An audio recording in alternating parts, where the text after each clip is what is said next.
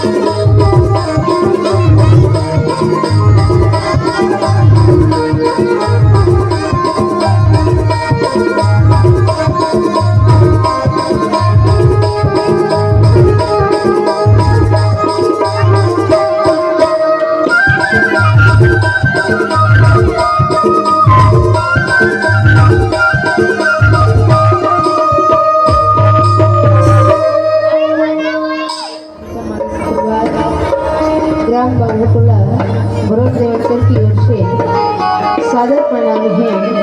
आओ आप उनके बीच में विष्णु की रहे भगवान की भक्ति व भगवान की कथा या सुनाई के प्रयास करो।